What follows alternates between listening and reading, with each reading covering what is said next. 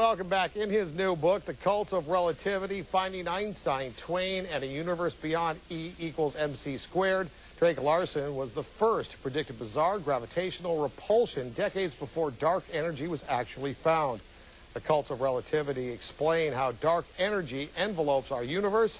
It's a theme that goes beyond dark energy as it unravels many paradoxes in both biotechnology and physics. And author Drake Larson joins us this morning to talk about his book. Okay, you lost me a while ago. Is this, I mean, it's not a textbok at all. No, you've got a real story it's a popular reading book for people who are kind of science hounds. Right. So if somebody's gone through physics or a doctor that's gone through biotech or something like that, they'll enjoy the book. Right, but it's not a textbook. No, but it's good for math hounds. You need to enjoy math in you're in high school, or maybe really good junior high math nut would like it. Okay. Dark energy. Yeah.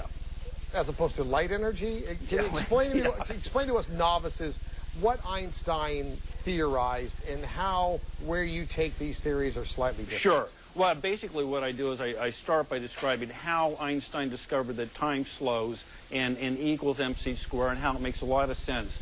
What happened was a lot of these professors really bought into it, thought it was great, and thought it was an end-all cure-all. And when I was in college, I was going, you know, Einstein's theories are applicable, but there's something beyond his theories. And so I came up with basically this dark energy. It just got laughed out of the professors' offices at the time. There's a couple that really enjoyed it, but actually one got fired, and I wasn't quite sure how instrumental my crazy theories was in getting him out of UCLA.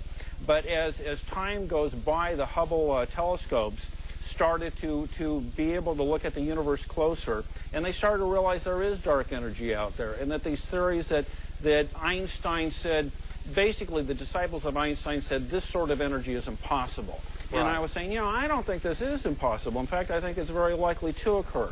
And so you had basically the popular thing was to poo-poo anybody who would suggest dark energy, and now the tables turn because they found that dark energy is out there. So if a student's entering into college, you're going to have a certain number of professors that are still hooked onto dark energy is impossible. And what this book gives you a prelude to how Einstein came up with relativity and why it might not be applicable all the time. And a great example of this is biotechnology or medicine.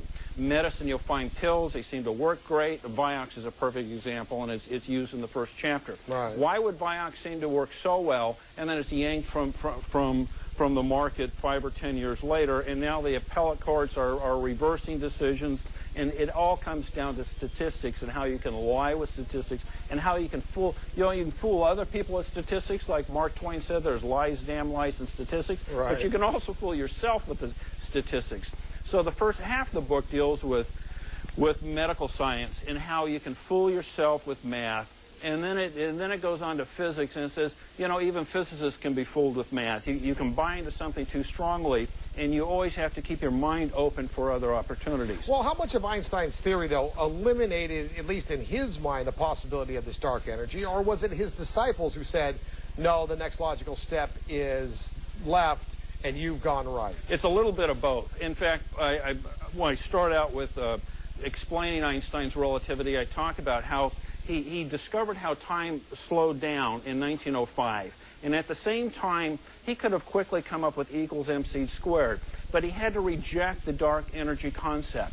And it really is an interesting paradox. It's why you can buy into, the more you find certain types of mathematics to be useful, the more you're inclined to abandon other type of mathematics that doesn't seem to be useful. And always keep that form of mathematics in the back of your mind, because it might prove to be useful at a later date. Right. And this is basically for a freshman in college or a senior in high school. Just somebody with a general interest in this kind of thing. Yeah. And Einstein proved that time slowed down. Since I turned 40, I found that not to be true. The book is called The Cult of Relativity. The author is Drake Larson.